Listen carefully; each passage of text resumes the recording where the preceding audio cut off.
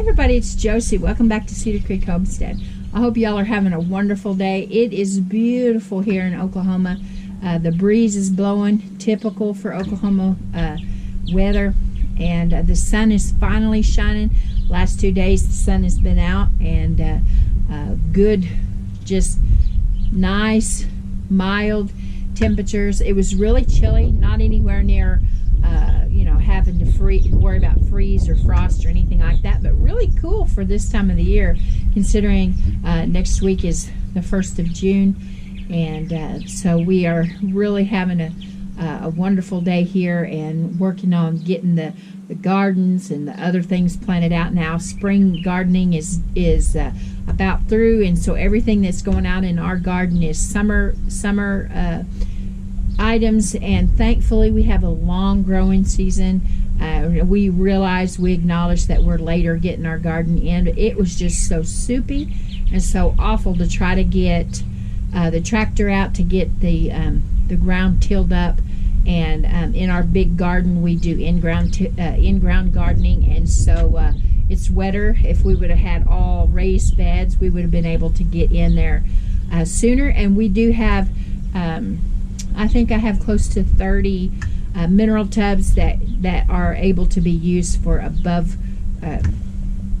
be used as container gardening. So I'm sure you're like everyone else. You've been hearing all the news lately about every time you turn on the news, it seems like it's something else that is on shortage. And we know that we've had the real and true shortage of baby formula, and a lot of young mothers have been panicking and running here and there trying to figure out what they're going to do, and that still is going on. And although our news cycle is so fast, moving so fast, that one story is in the news for a while and then something else happens, and we know that tragic things happen, just like that's happened down in Texas, and our heart goes out to those people. Our hearts are heavy for them, for their loss, and what great loss it is. But we know that the news cycles move so very fast, and when you're in the side that is just the everyday stuff, it seems to be replaced quickly. And so now you're beginning to not hear as much about the baby formula shortage, although it still exists. Now what's in the news? The peanut butter being recalled.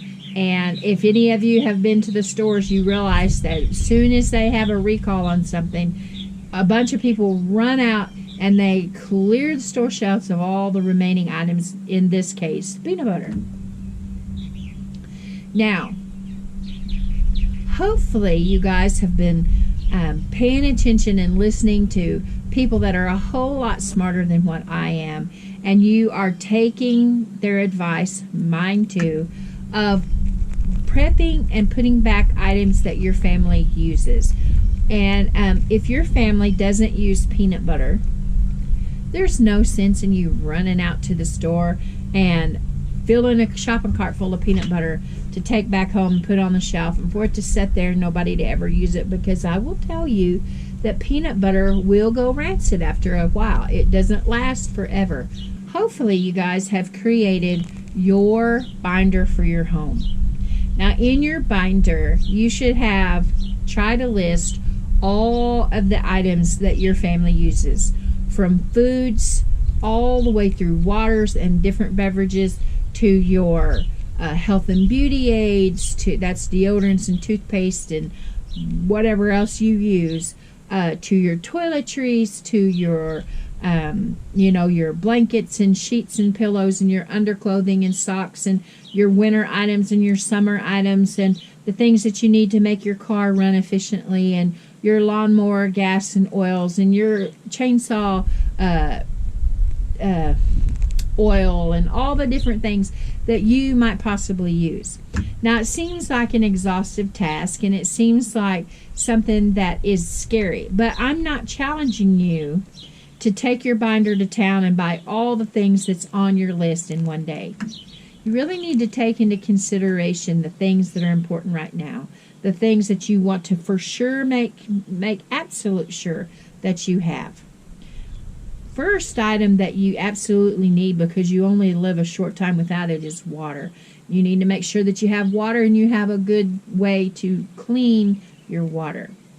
Then your food and all of your other items. And you need to make some decisions as a family. Do you want to be prepared for 3 months? Do you want to be prepared for 6 months? Do you want to be prepared for a year or longer?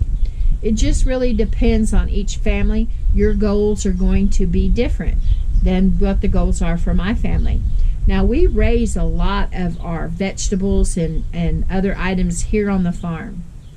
And while it's true that I grow a garden every year and we have animals processed every year, we try to go beyond the year in the amount of items that we have, because there always is the possibility of a crop failure. You might get infested with squash bugs and not have a squash one. Last year here at Cedar Creek, we planted okra 3 times, and I never got any fresh okra. Now, I think Papa Tex come in a few times and was able to pick enough okra for his little family to have some. But the okra was a bust for us last year. And those kind of things happen. So I always try to go, yes, the year, from harvest this year to harvest next year. But I always try to keep in mind that I need to go beyond that, just in case there's something that happens and there's not a crop that comes out. Besides the things that I grow in my garden, I also have purchased items from the store. Some of the same products. I have store-bought spaghetti sauce. I have store-bought pizza sauce, tomato sauce, diced tomatoes. All of those items. I've got other items that, yes, we produce here on the farm, but it's important for us to make sure that we have a backstock of those things just in case anything happens. Job loss, any kind of thing that changes in your life. And I can tell you from my own personal experience, having items like that was a great help for me when I was not in any condition mentally, physically, or monetarily to go to the store and purchase things after I lost Howie. I had those items and I was able just to pull from my supplies. And I'm thankful and I was blessed by that. I wanted to talk to you about something else today, just to encourage your hearts. Now, when I was younger and when we lived in Arkansas, I worked for the Walmart home offices, and I had to drive into work every day, Monday through Friday, and early in the morning. And I will tell you that a lot of times after I got to work and was there for a little bit, I began to think about my drive to work, and I thought, I don't remember going past whatever landmark it was. There were lots of times that I was so concentrating on something that I had to do at work, or a church project or something with the kids, or something with Blade or Howie, that I really was so focused on that I tuned out all the things around me as I was driving to work. One that probably wasn't really the safest things to do. I began to think about all of the times that we were out and about, going to the grocery store, or going to church, or going to work, and we pass by other people, other individuals that have items that they have raised and or made and are selling, and we have the opportunity to get those items to stock our needs. You'll see signs that say fresh eggs or baby chickens. Maybe they'll say that they have fresh produce. Especially in rural areas, you'll see people that have a trailer hooked up to their truck, and they're pulled up at one of the gas stations or maybe the grocery store that has allowed them to sell their produce that they pulled out of their fields that morning. We have individuals here that grow watermelons, and it's some of the best tasting watermelon I've ever had. I've never had an orange watermelon until I got one from my neighbor. You'll be surprised at the people that you find that are making soaps or maybe salves, or selling essential oils or candles or whatever it is, tools and things that you can use on your farm or your homestead, or right there at the house where you're at. We just have to be willing to notice those around us and build a rapport, a relationship with our neighbors. We have a little neighbor that just lives beyond us, little single woman, and she has a little trailer and she has just a little bitty yard, and she didn't have a lawnmower there for a while, and so Howie would always turn his cows out to eat her yard, and she was just pleased as punch for him to do that. And they built a little rapport and visited when he was up that away, and she'd step out and talk to him. And when Howie passed away, I was down at my in-laws' house, and she very quietly come up here with a little box. She doesn't have much.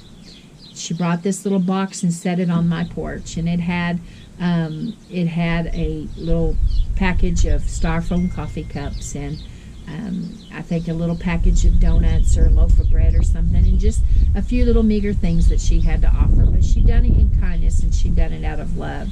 And I think it's important for us to build relationships with our neighbors, and to be a good neighbor to others, and to take advantage of opportunities that we have to do business with one another. You know, our neighbor has big pastures, but he doesn't run any cows, and so his pastures, he allows us to get our hay from him, and he's just right across the road from us, so it's really convenient. Yes, we pay for the hay, but it's good hay, and we just go right over there, and it's easy for us. He's helping us, we're helping him.